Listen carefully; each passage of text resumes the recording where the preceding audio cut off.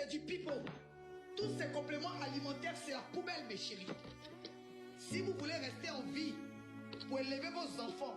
J'ai vu cette vidéo dans mon fil d'actualité et je me suis dit que c'est un hyper bon sujet à couvrir parce qu'il y a un réel manque d'éducation au niveau des compléments alimentaires. C'est l'une de mes premières fois de faire un collage avec une vidéo d'une autre personne.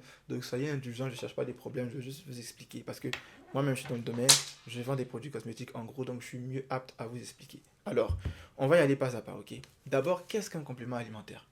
Un complément alimentaire, c'est quelque chose qui va venir compléter ton alimentation, ok?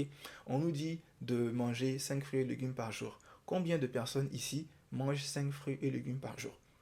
Avec le temps, on a constaté que notre alimentation est insuffisante. Il y a des ingrédients dont notre corps a besoin et on ne s'alimente pas. Combien de personnes mangent des aliments riches en fibres pour faciliter la digestion? Les personnes qui sont constipées, c'est parce qu'ils manquent des aliments riches en fibres pour faciliter la digestion. Combien de personnes mangent des aliments qui sont riches en fibres? Très peu.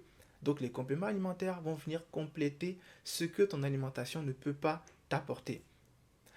On va écarter une première catégorie de personnes qui achètent des compléments alimentaires de mauvaise qualité ou de contrefaçon. C'est des choses qu'on consomme. Vaut mieux prendre à la source chez des bons fournisseurs assez recommandés. Vaut mieux prendre des compléments alimentaires qui ont des certifications. Par exemple, ceux de Malaisie ont des certifications, même ceux de Thaïlande. On va en parler plus tard dans la vidéo. Il y a des personnes qui vont prendre un complément alimentaire au Nigeria, des mélanges, on ne sait pas ce qu'il y a dedans, et ils vendent. Dernièrement, j'ai vu dans un cargo là, une personne qui avait acheté un complément alimentaire, je pense, de plus de 3 ans. Et c'est maintenant qu'elle fait ramener sur le marché. Alors que des compléments alimentaires comme ça, c'est maximum 2 ans de durée de vie. Après ça, c'est périssable. Donc c'est normal que quand vous prenez des produits contrefaits moins chers, vous vous retrouvez avec des problèmes de santé. Donc on va écarter ces personnes-là qui utilisent des produits qui ne sont pas de bonne qualité.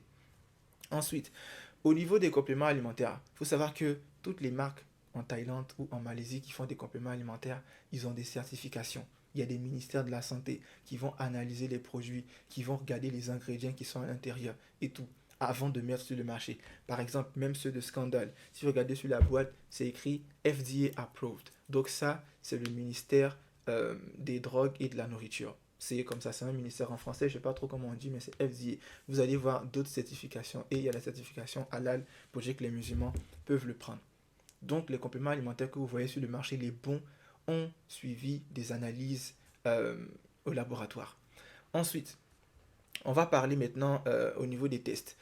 Quand on parlait dans le groupe, parce qu'on a un groupe de commandes, il y a une cliente qui est au Canada et la majorité de nos clients dans les autres pays ont remarqué que ça. Quand les compléments alimentaires arrivent, il y a une boîte qui est ouverte parce que les laboratoires au niveau de la douane font des tests pour voir si c'est possible de le mettre sur le marché, est-ce qu'on peut le vendre, est-ce qu'on peut mettre l'ingrédient, on peut faire rentrer. Après,